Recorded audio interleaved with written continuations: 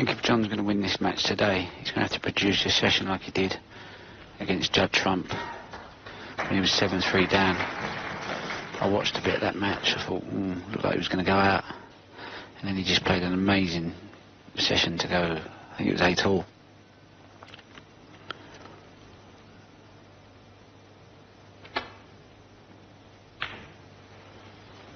I didn't see the evening session. I watched the last frame. But what I hear, it was a good final session. I don't know, Phil, you watched a bit of that?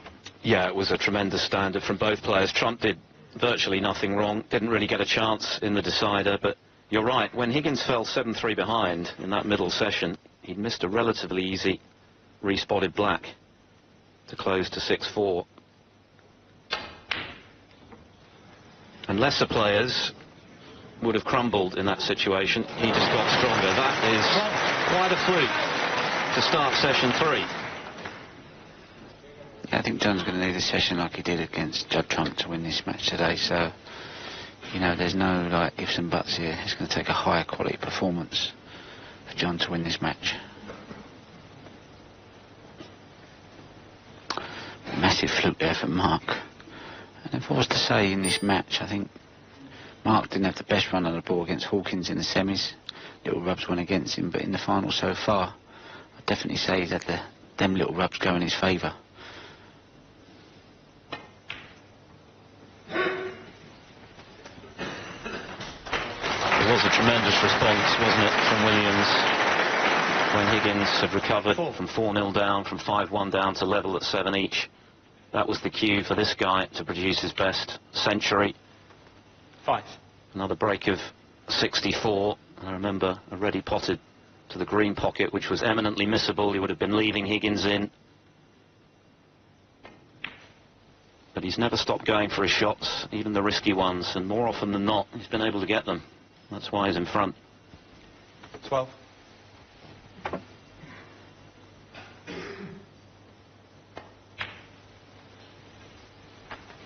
13.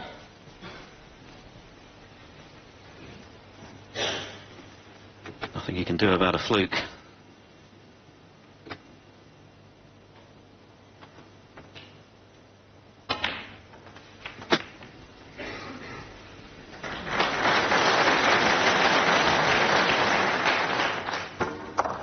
$20.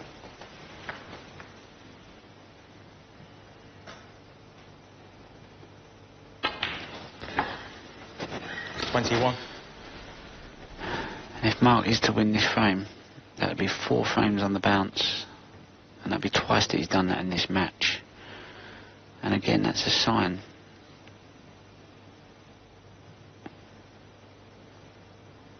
that when someone of John Higgins' quality is losing 4 frames on the bounce,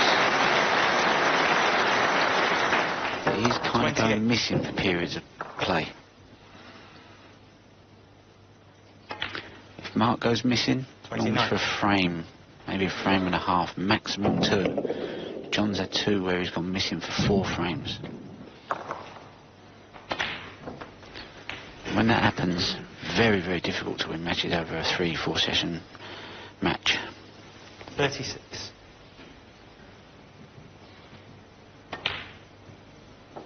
37.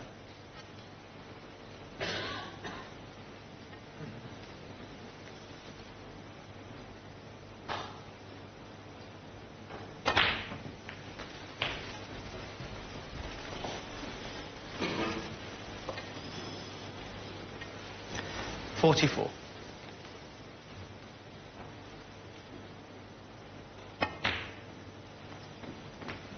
45.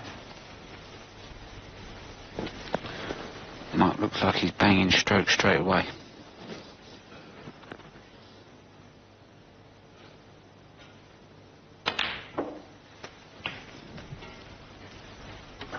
Virtually nothing to choose between them in terms of points. In fact, now 52. the disappearance of that black dead level, but the only stat that really matters is the one centre screen.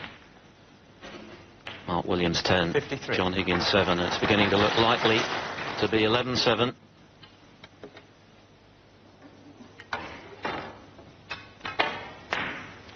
But what a fluke this was. And had he jawed that red and left it, these points, this break, might well be Higgins.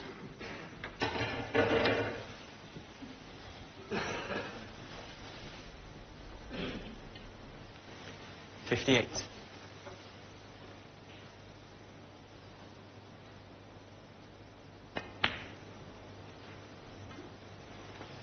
59.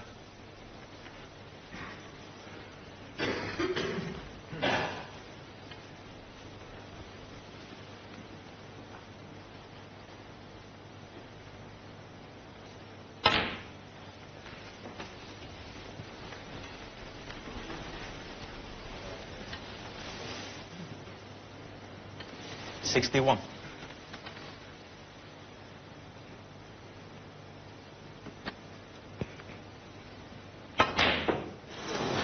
Well, he was that red Mark in the Williams, black 61. from an 11-7 advantage, but he misses the red. So a 61-point lead, but not a frame-winning one yet.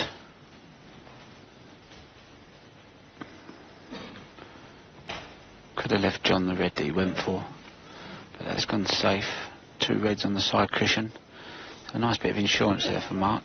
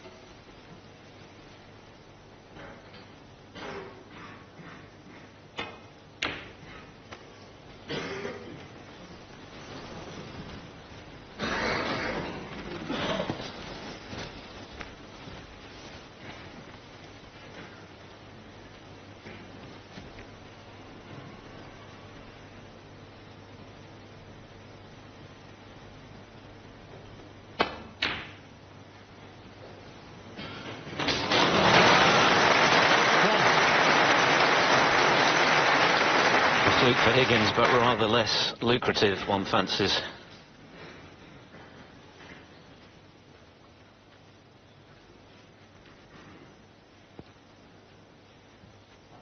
Black ball.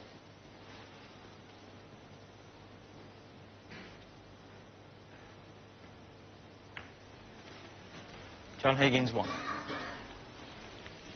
60 the difference, 67 left.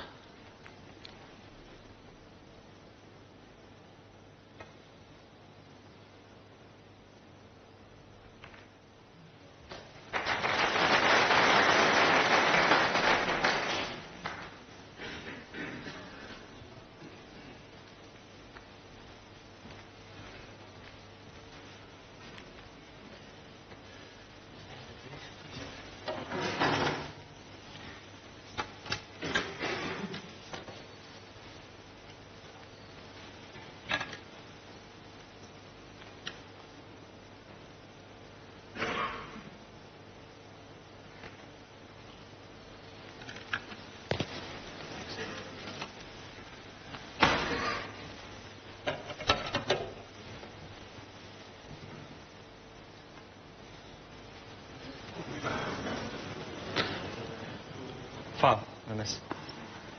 John Higgins 4.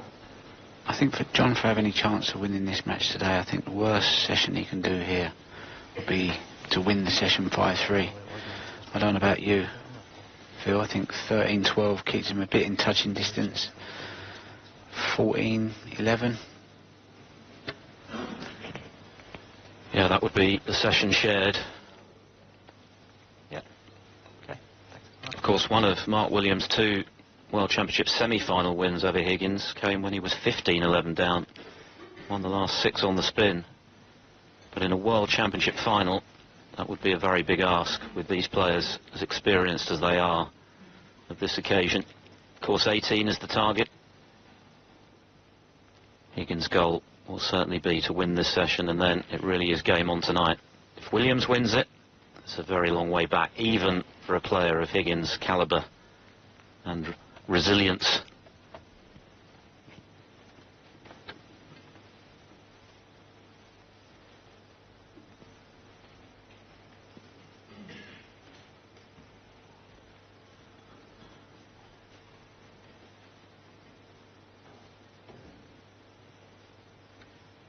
Just a red and a colour of anything above the yellow would be enough for Williams if he does get the chance.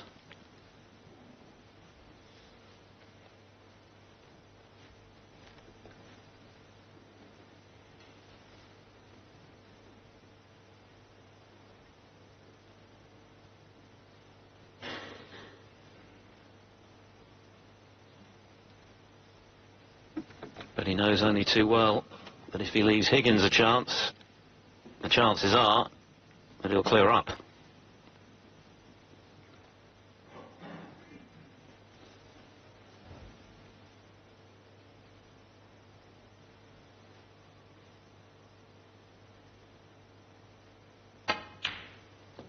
He went for it. He's been playing shots like that from day one. Clearly risk involved, but he committed to the red, and it's a frame winner. What a shot. Outrageous. That's got to hurt Higgins.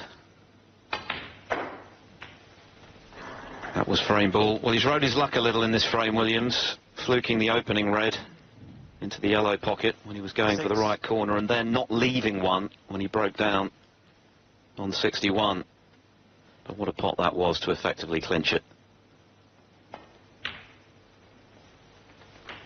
7. Fabulous cueing.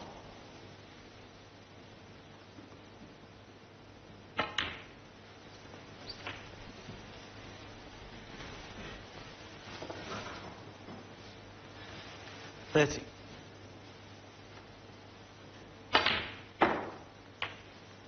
$14.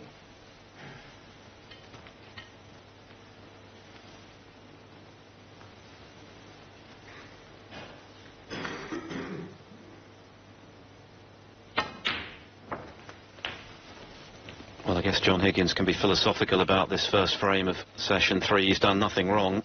As Williams at it again with the 20. eyes closed exhibition. He can do that when the frame's won and the pressure's off. 21.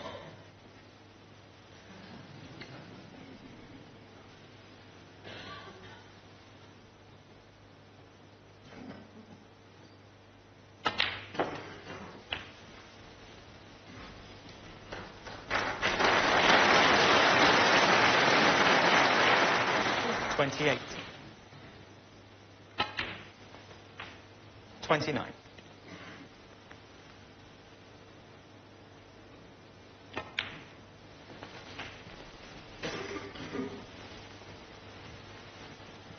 Average frame time less than 17 minutes, which, given what's at stake here in a world final, is pretty brisk. 32. Had one or two lengthy ones,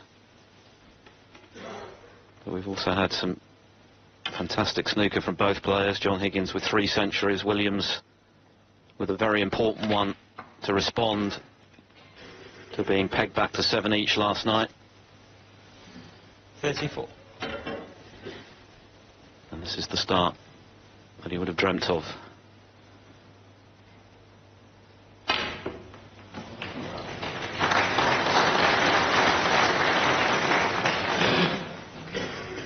$37.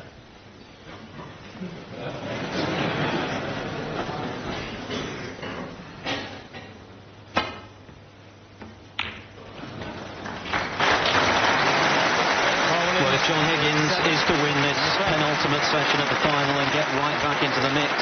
That task just became a little bit harder. The perfect start for Mark Williams as he extends his lead, and once again he's 4 clear at 11-7.